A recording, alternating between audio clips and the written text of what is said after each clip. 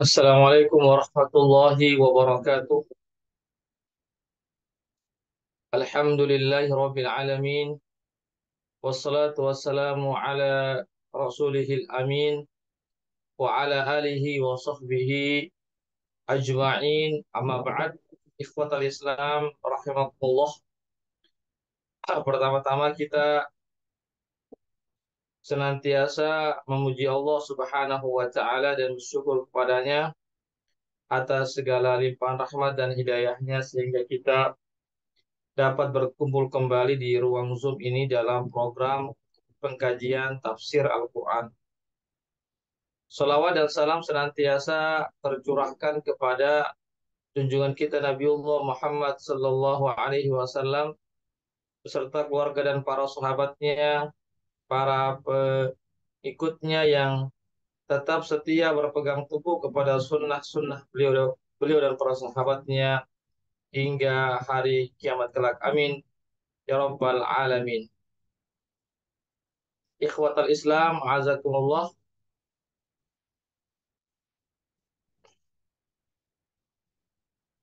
Insya Allah pada malam hari ini kita akan melanjutkan ya pembahasan kita tentang tafsir Al-Quran ya tafsir Al-Quran yaitu pada surah Al-Adiyat. Al-Adiyat. Al-Adiyat ini surah Al-Adiyat ini adalah surah Makkiyah, yaitu surah yang diturunkan sebelum Nabi kita Muhammad Sallallahu Alaihi Wasallam hijrah ke Madinah. Ya, sehingga disebut sebagai surah Makkiyah. Surah Al-Adiyat ini ada 11 ayat, ya berisi 11 ayat. Baiklah kita langsung saja. Saya bacakan dulu surahnya. A'udzu billahi minasyaitonir rajim. Bismillahirrahmanirrahim. Wal 'adiyati dhabha fal muriyati qadha fal mughirati subha فأثرن به نقعا فوسطن به جمعا إن الإنسان لربه لكنود وإنه على ذلك لشهيد وإنه لحب الخير لشديد أفلا يعلم إذا بعثر ما في القبور وحصل ما في الصدور إن ربهم بهم يومئذ لخبير. Ya, ikhwatal Islam azakumullah. Pada ayat ini Allah bersumpah ya.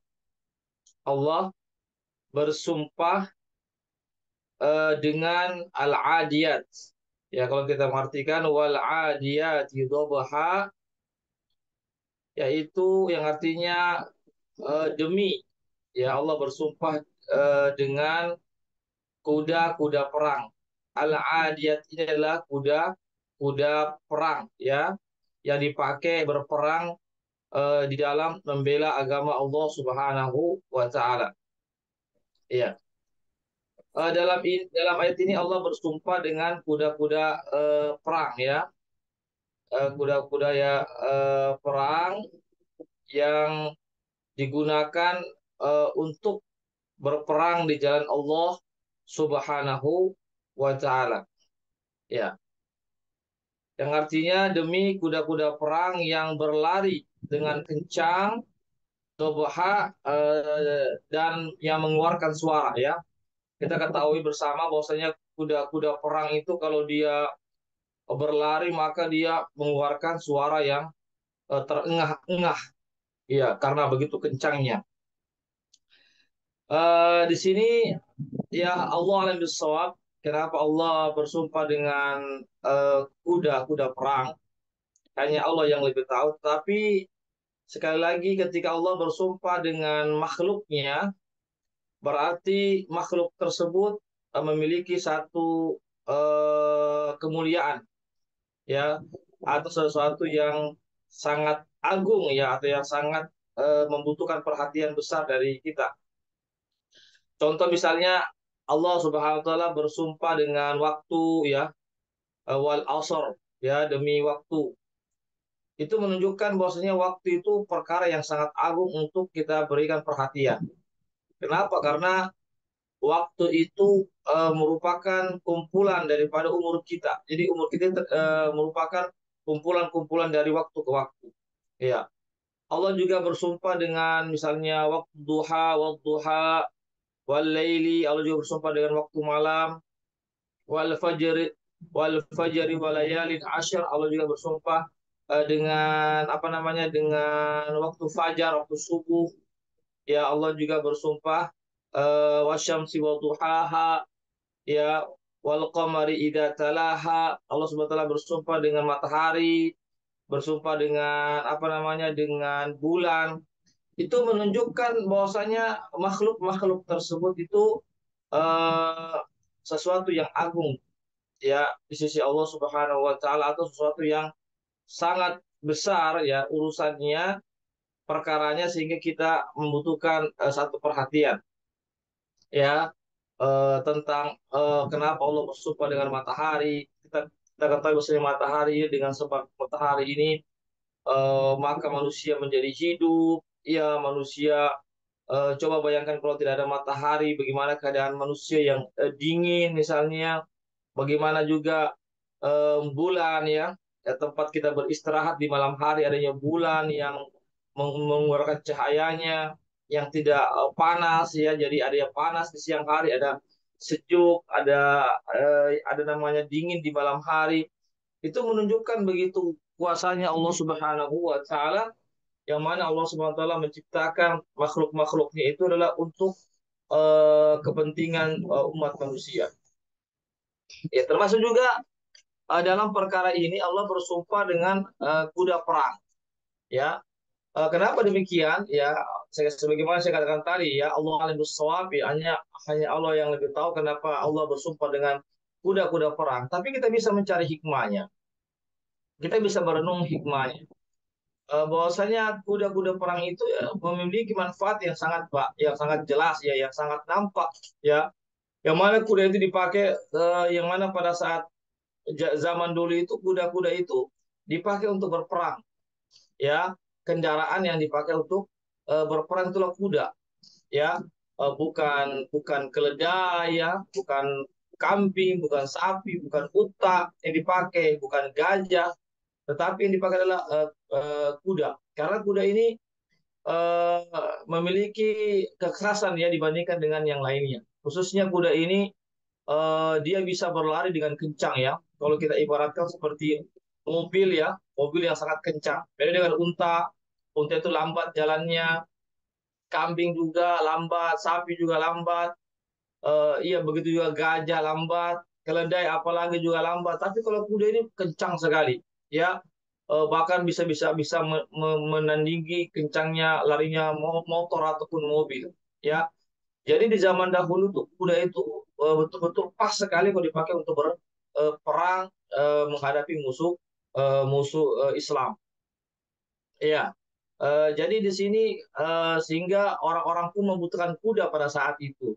Ya, karena itulah satu-satunya kendaraan yang pas, yang paling tepat digunakan untuk berperang. Coba seandainya kuda tidak ada, ya, maka akan kesulitan ya kaum muslimin untuk berperang. Ya, meskipun tidak ada mustahil kalau Allah menghendaki kun fayakun, meskipun ada kuda bisa saja terjadi. Bisa saja kemenangan di kaum muslimin meskipun tidak ada kuda. Tapi sekali lagi eh, segala sesuatunya itu juga memerlukan namanya sebab, sarana. Maka sarana dalam perang berjihad pada saat itu adalah kuda. Bahkan nanti di akhir zaman ketika tidak ada lagi listrik-listrik ya, tidak lagi listrik-listrik, maka atau tidak lagi minyak-minyak, sehingga ketika itu tidak ada lagi apa namanya, eh, alat-alat yang di alat-alat yang menggunakan listrik atau menggunakan minyak-minyak itu atau bensin-bensin dan solar-solar itu, sehingga kembali kepada zaman dahulu, yaitu menggunakan kuda. Yaitu nanti di akhir menjelang datangnya hari kiamat ya, maka akan terjadi perang yang mana ketika itu kaum muslimin atau seluruh manusia ketika itu tidak lagi menggunakan kendaraan-kendaraan yang ada sekarang ini, tapi menggunakan kendaraan-kendaraan yang ada di zaman dahulu, yaitu kuda-kuda itu. Ya, jadi ketika Allah bersumpah itu Allah tidak bersumpah dengan asal-asalan ya, tetapi memiliki hikmah yang sangat besar, memiliki perkara yang sangat agung yang membutuhkan perhatian kepada kita. Nah, jadi jelas ini ya kenapa Allah bersumpah dengan kuda. Ya. Kemudian fal muriyati qadha. Fal muriyati qadha. Yang dimaksud ini kuda yang berlari di atas bebatuan sehingga mengeluarkan percikan-percikan api. Ya begitu saking saking kuatnya dia berlari, saking kencangnya sampai-sampai mengeluarkan percikan-percikan api itu ketika dia berlari di atas batu. Coba lihat ya eh, bagaimana itu kuda ya bisa sampai berlari di atas batu. Bukan saja dia berlari kencang di atas pasir dan tanah, tapi kuda juga bisa berlari di atas bebatuan. Ya, dan ini tentu tidak didapatkan bagi hewan-hewan yang lainnya. Kemudian fal mughirati subha. Ya lalu kuda-kuda itu pun apa namanya menyerang musuh-musuh yang menyerang musuh-musuh Islam subha di pagi hari.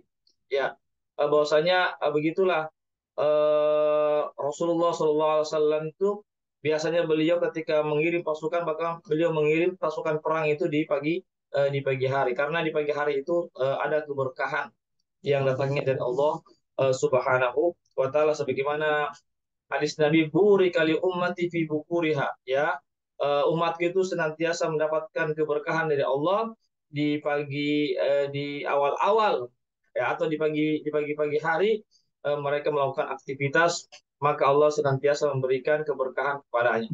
Termasuk juga dalam masalah peperangan juga beliau mengirim pasukannya di pagi hari, bahkan juga dagang para para pedagang juga di zaman Nabi, para sahabat juga sebagaimana beliau mendoakan para sahabatnya baik dalam peperangan ataupun dalam perdagangan, yaitu ketika mereka keluar di pagi hari. Ya, ikhwatal Islam azakumullah. Kemudian fasarna bihi naq'a. Lalu kuda itu juga apa namanya ketika berlari di pasir ataupun tanah, maka dia apa namanya menerbangkan debu-debu. Ya, kalau kuda itu berlari kencang di bebatuan, maka mengeluarkan percikan-percikan api begitu kencangnya. Yang kedua, ketika kuda itu berjalan di pasir, berlari di pasir, maka dia pasir itu bertebaran atau mengeluarkan debu-debuan. Ya, ini menunjukkan begitu kencangnya kuda tersebut. Ya, ini sekali lagi ikhwatal Islam azakumullah. Ya, ini menunjukkan bahwasanya seseorang itu pada zaman dahulu itu sangat membutuhkan kuda ya, bahkan boleh jadi kuda pada saat itu harganya mahal ya, karena sangat dibutuhkan bukan cuma sebagai alat transportasi saja atau alat pengangkut, tapi dia dipakai untuk berperang, dan tentu ini berbeda dengan hewan-hewan yang lainnya hanya dipakai sebagai alat pengangkut barang-barang atau pengangkut manusia, tapi kalau kuda ini dia memiliki banyak fungsi, diantaranya adalah digunakan untuk berperang menghadapi musuh-musuh Allah Subhanahu wa taala. Ya, fawasatna bihi jama'a, lalu kuda-kuda itu pun ya artinya menyerbu di tengah-tengah kerumunan musuh-musuh Islam. Ya, kita ketahui ya kuda itu memiliki keberanian ya. Ketika dia dipacu, dia semakin kuat, dia semakin kencang, dan dia memiliki apa namanya kecepatan yang sangat tinggi sekali. Bahkan dia bisa masuk ke tengah-tengah musuh itu tentu dengan arahan dari para penunggangnya. Ini kuat Islam azakumullah, kenapa rahasianya sampai Allah Subhanahu wa taala bersumpah dengan kuda. Ya. Kemudian setelah itu apa isi sumpah Allah? Ketika Allah bersumpah dengan satu makhluknya yang memiliki apa namanya? Yang memiliki manfaat yang sangat besar, yang merupakan tanda kekuasaan Allah Subhanahu wa taala, ya, yaitu tanda yang apa namanya yang jelas-jelas nampak, ya yang jelas-jelas nampak bagi setiap makhluknya, bahwasanya kuda itu memiliki manfaat yang sangat banyak, ya, yang sangat banyak. Kemudian apa isi sumpah Allah Subhanahu wa taala? Jadi ketika Allah bersumpah dengan makhluknya, maka ada sesuatu yang sangat besar yang Allah SWT ingin sampaikan kepada manusia, atau isi sumpah tersebut. Ya, ada perkara yang sangat besar sehingga Allah bersumpah. Ya, apa isi sumpah Allah Subhanahu wa taala? Innal insana li rabbih lakanud. Sesungguhnya manusia itu terhadap Tuhannya itu mereka ingkar, ya, ingkar janji kepada Tuhan mereka, kepada Allah Subhanahu wa taala. Mereka tidak menjalankan perintah-perintah Allah, mereka tidak meninggalkan larangan-larangan Allah, mereka bermaksiat kepada Allah Subhanahu wa taala, mereka tidak mensyukuri nikmat Allah Subhanahu wa taala. Itulah apa namanya, manusia, ya. Tentu tidak semua manusia, ya. Ada sebagian manusia juga yang mendapatkan hidayah-hidayah dari Allah Subhanahu wa taala, sehingga manusia itu tidak menjadi orang-orang yang kufur. Tapi sekali lagi, kebanyakan manusia di dunia ini adalah mereka kufur nikmat kepada Allah, tidak mau mentauhidkan Allah, tidak mau menjalankan syariat Allah Subhanahu wa taala. Ya. Ikhwatal Islam, azakumullah. Ya, jadi lakan udut ini, ya, dia diartikan oleh disebutkan dalam tafsir ini adalah orang yang mengingkari Allah Subhanahu wa taala. Ya, yang mengingkari Allah Subhanahu wa taala. Ya,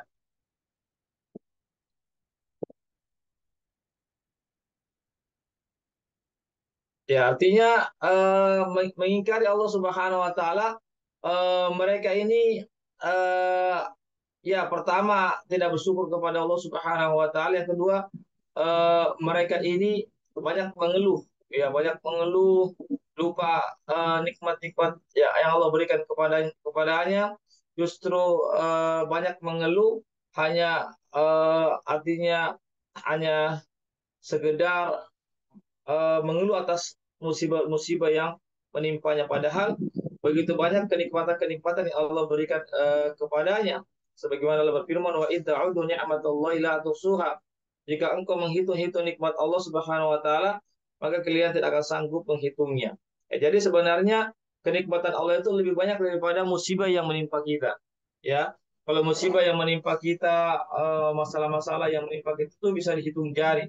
Tapi kenikmatan Allah, anugerah Allah, rahmat Allah yang Allah berikan kepada kita, baik nikmat yang zahir ataupun yang batininya, yang nampak ataupun tidak nampak, itu lebih banyak daripada sekedar musibah atau problem-problem yang sedang menimpa kita.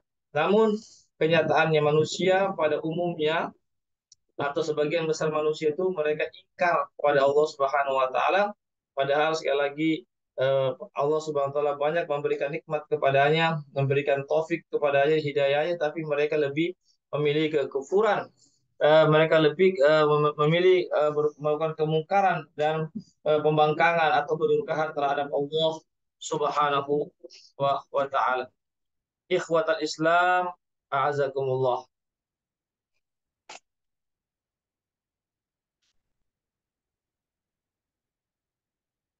Ya,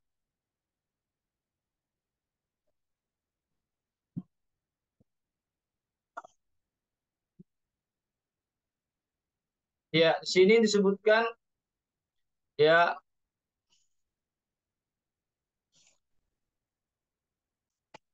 manusia itu kufur kepada Allah, ya, yaitu artinya secara tabiat manusia itu adalah cinta kepada harta, ya, cinta kepada harta, tabiat daripada manusia itu. Dan tabiat manusia juga itu di sini disebutkan, ya, eh, tidak mau atau eh, malas menjalankan hak-haknya, ya, itu tabiat manusia, ya, tidak menjalankan hak-haknya, ya, atau tidak menjalankan kewajibannya, ya yang dibebankan kepadanya. Ya, bahkan tabiat daripada manusia itu adalah tabiatnya apa?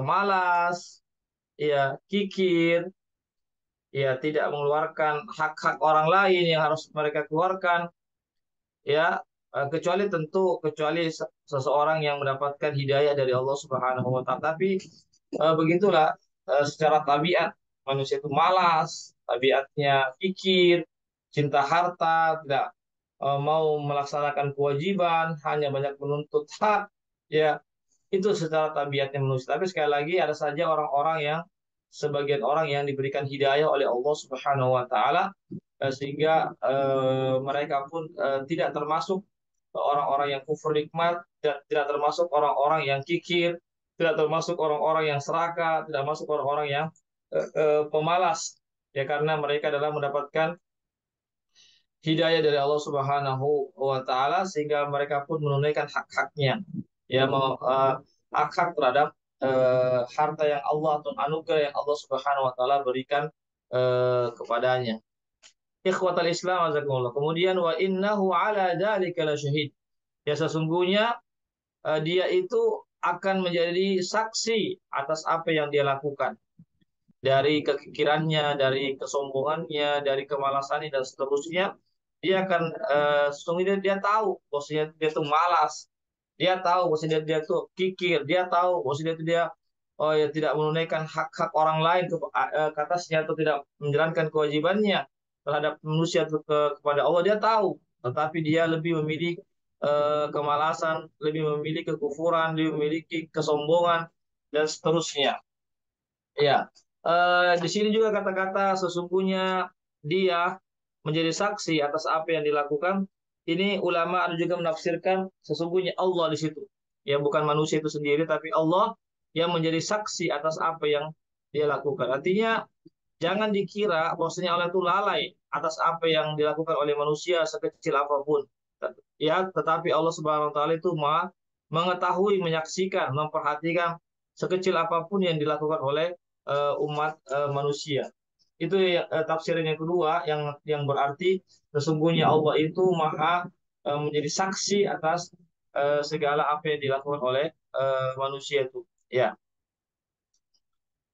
Ikhwatal Islam, a'azakumullah. Ya, di sini disebutkan, ya, eh ya ya jadi manusia itu dia tidak mengingkari, ya, apa yang kekirannya itu, dia menyadari dia itu kikir, dia menyadari dia itu orang yang apa namanya, yang tidak menunaikan amanahnya, tidak menunaikan kewajibannya.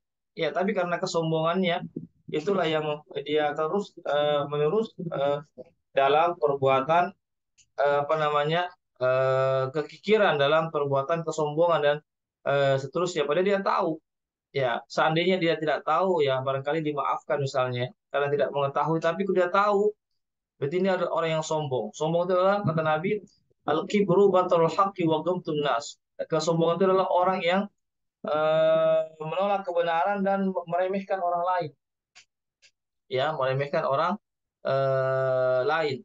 Ya, ikhwatal Islam, azakumullah.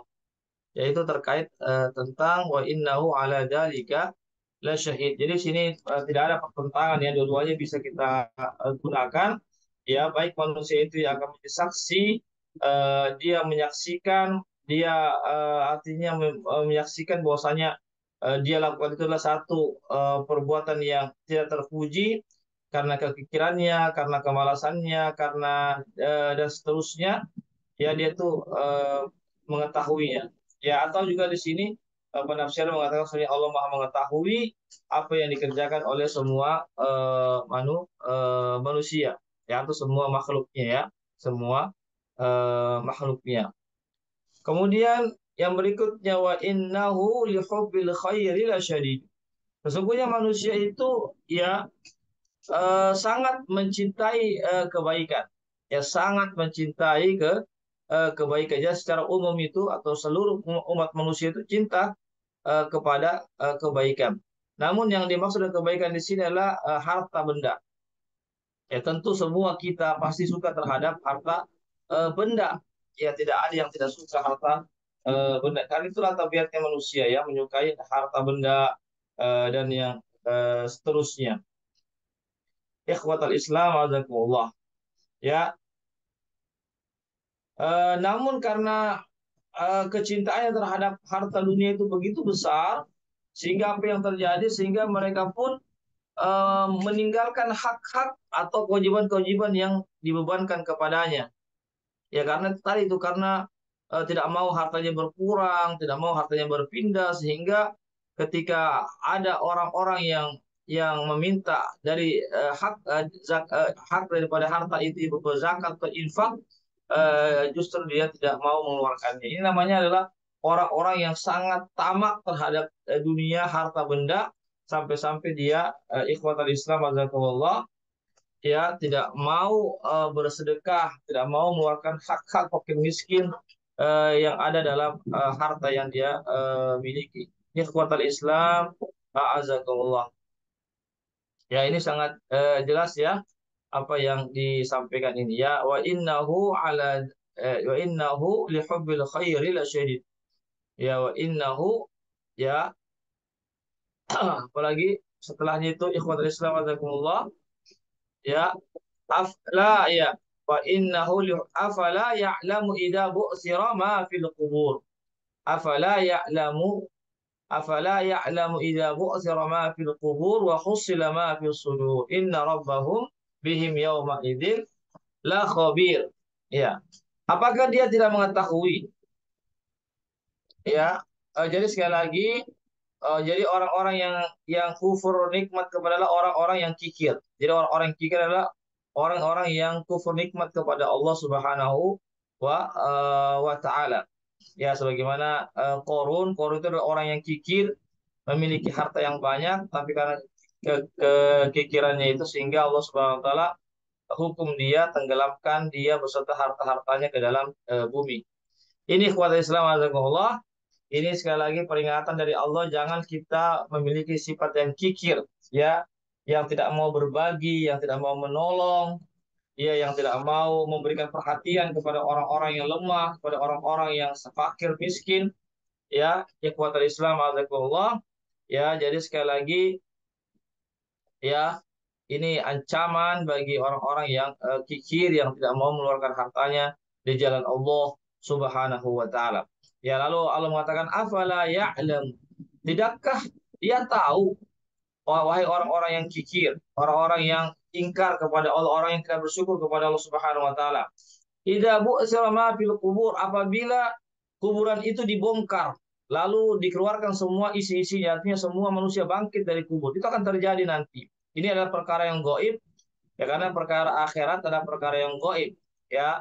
Tapi kita harus yakini sebagai umat muslim bahwasanya kuburan itu akan dibongkar sejak meninggalnya manusia pertama sampai manusia terakhir meninggal itu kuburannya akan dibongkar oleh Allah Subhanahu wa taala dengan kekuasaannya tentunya maka manusia akan keluar semua berhamburan untuk menghadap Allah Subhanahu wa taala. Ikhwatal Islam, ma'azakullah. Artinya kalau orang yang kikir itu orang yang ingkar, orang yang kafir itu dia mengetahui bahwasanya dia akan dibangkitkan nanti pada hari kiamat, maka dia tidak akan kikir.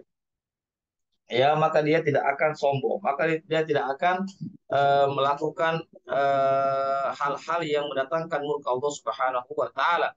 Ya, tapi karena dia tidak mengakui atau barangkali mengakui tapi dia ada karena kesombongannya sehingga dia menutupi pengakuannya itu bahwasanya hari hari kiamat itu ada ya hari pembalasan itu ada ya sehingga Allah mengatakan apalah ya'lamu idza bu'sir ya tidakkah ya artinya apakah dia tidak tahu gitu apakah dia tidak tahu bahwasanya nanti kuburan-kuburan itu akan dibongkar semua ya. Dan ketika Allah membongkar itu ke kuburan-kuburan itu, tentu Allah SWT akan mengumpulkan mereka dan Allah SWT akan meminta pertanggungjawaban dari setiap umat manusia ini. Jadi ikhwatul Islam azakumullah makanya kita terhindar ya berlindung dari Allah agar tidak termasuk dari golongan orang-orang yang kikir. Ikhwatul Islam azakumullah Kemudian wa hussila ma fi sudur. Nah, ini juga. Ya, tidakkah dia tahu, wahai orang-orang kikir, wahai orang-orang ingkar, bahwasanya isi-isi hatimu itu akan dibongkar oleh Allah, akan Allah tampakkan nanti. Ya, jadi penyembunyian mereka terhadap kekufuran, terhadap kekafiran, meskipun dia tidak tampakkan, dia sembunyikan tentang ketidakikhlasannya, ya itu akan dibongkar ya oleh Allah Subhanahu wa taala. Manusia akan tahu nanti isi hati mereka nanti pada hari kiamat kelak. Ya, adapun sekarang ini ya seseorang tidak mengetahui isi hati orang lain, tetapi nanti pada hari kiamat Allah Subhanahu wa taala akan perlihatkan semua isi hati kita di hadapan semua makhluknya atau manusia pada saat itu. Ini menunjukkan warni peringatan keras bagi kita, jangan sampai kita beramal secara zahiriyah bagus, ikhlas, tapi secara batinnya kita tidak ikhlas. Secara batinnya kita masih melakukan hal-hal ya yang tidak diinginkan oleh Allah Subhanahu wa taala. Ya, sekali lagi kita harus betul-betul mensinkronkan antara perbuatan lahiriah dengan perbuatan nia. Jadi ini harus berjalan berseiringan ya agar Allah Subhanahu wa taala senantiasa memberikan keistiqomahan kepada kita semuanya. Baik, ikhwatal Islam wazakumullah, kemudian yang terakhir, inna rabbahum bihim yawma idzil la khabir. Sungguh Tuhan kalian terhadap kalian, sungguh Tuhan mereka terhadap mereka pada saat itu la khabir, artinya sangat mengetahui apa-apa yang dilakukan manusia selama ini. Jadi harus kita yakini bahwasanya Allah itu Maha mengetahui atas segala apa yang kita yakini, atas apa yang kita lakukan. Baik yang terang-terangan ataupun sembunyi, baik yang secara pelan-pelan ya atau yang ada dalam hati-hati kita, batin-batin kita, Allah Subhanahu wa taala Maha mengetahui. Karena apa? Allah memiliki sifat al-khabir. Al-khabir itu mengetahui segala sesuatunya, meskipun perkara-perkara yang sepele, yang kecil dan seterusnya, Allah Subhanahu wa taala Maha mengetahuinya. Di sini disebutkan Tuhan kalian itu Maha mengetahui pada saat itu.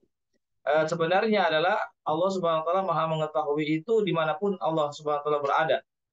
Maksudnya dimanapun manusia berada, Allah Subhanahu wa taala Maha mengetahui. Jadi Allah itu Maha mengetahui baik yang ada di hari akhirat atau yang ada di kehidupan dunia ini, baik yang telah lewat ataupun yang sedang berlangsung atau akan datang, itu Allah sudah mengetahuinya karena sudah tercatat di Lauh Mahfuz 50.000 tahun sebelum diciptakannya langit dan bumi.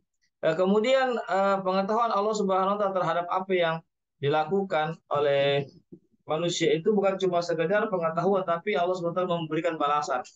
Jika manusia di dunia itu betul-betul memberikan kebaikan kepada orang lain, melaksanakan ketaatan kepada Allah, maka Allah Subhanahu wa taala akan berikan kepadanya ya kenikmatan-kenikmatan, atau Allah Subhanahu wa taala akan membalas dengan balasan yang sempurna nanti pada hari kiamat kelak.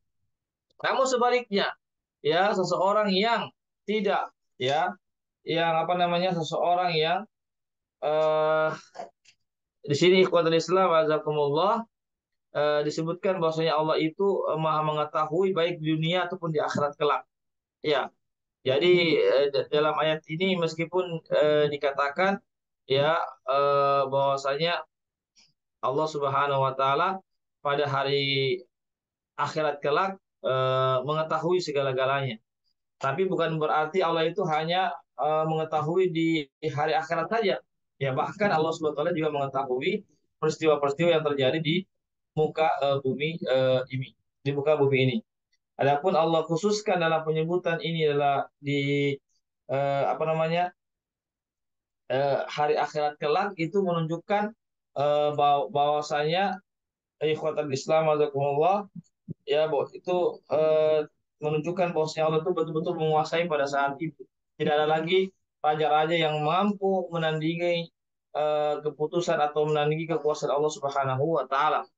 Para raja-raja semua akan tertunduk kepala-kepala mereka di hadapan Allah Subhanahu wa taala. Kenapa di dunia ini para raja masih saja ya atau orang-orang yang memiliki kekuasaan masih saja menampakkan misalnya kesombongannya, arogansi dan seterusnya, tapi pada hari akhirat kelak para raja tersebut yang sombong seperti Firaun, Namrud dan seterusnya tidak akan bisa berkutik di hadapan Allah, tidak akan bisa mampu menghadapi Allah Subhanahu wa taala, dan Allah Subhanahu wa taala akan membongkar semua isi hati mereka, dan Allah Subhanahu wa taala akan berikan balasan kepada mereka. Jadi sekali lagi kita harus menjadikan dunia ini sebagai ladang amal kita agar kelak kita akan bisa memasuki surga Allah Subhanahu wa taala dengan mudah, ya, dengan tanpa dihisap misalnya diupayakan, ya tentu sekali lagi kembali kepada amal-amal ibadah kita. Oleh karenanya ikhwatul Islam azakumullah, marilah kita senantiasa mengintrospeksi diri kita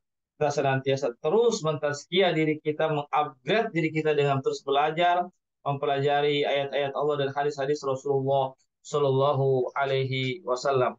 Ya sekali lagi kita harus yakin ada namanya hari pembalasan, ada namanya hari perhitungan, ada namanya hari penimbangan amal, ada namanya hari di mana kita akan bertemu dengan Allah, mempertanggungjawabkan semuanya di hadapan Allah Subhanahu wa taala. Ya barangkali ini yang bisa kami sampaikan ikhwatal Islam azakumullah, ya terkait tentang tafsir ya surah apa namanya? Surah Al-Adiyat, surah Al-Adiyat. Ya silakan kalau ada yang mau ya bertanya silakan, bisa langsung atau bisa juga lewat room chat. Ya silakan.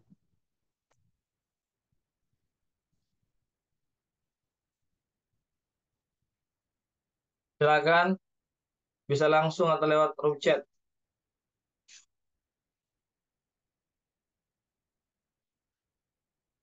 Tidak ada. Baiklah kalau tidak ada kita cukupkan sampai di sini tentang tafsir surah Al-Adiyat. Semoga ada manfaatnya bagi kita semuanya. Semoga kita termasuk orang-orang yang bersyukur kepada Allah, orang-orang yang tidak kikir, orang-orang yang senantiasa mengetahui ada hak-hak dari harta kita terhadap orang lain yang membutuhkannya, fakir miskin dan yang semisalnya sangat membutuhkan daripada harta-harta kita. Oleh karenanya, jadilah kita hamba-hamba yang dermawan, hamba-hamba yang mulia, hamba-hamba yang bukan hamba-hamba yang kikir, bukan hamba-hamba yang malas, bukan hamba-hamba yang serakah, bukan hamba-hamba yang sangat mementingkan dunia tapi melupakan kehidupan akhirat, yang tidak mau untuk bersedekah di jalan Allah, berinfak di jalan Allah Subhanahu wa taala.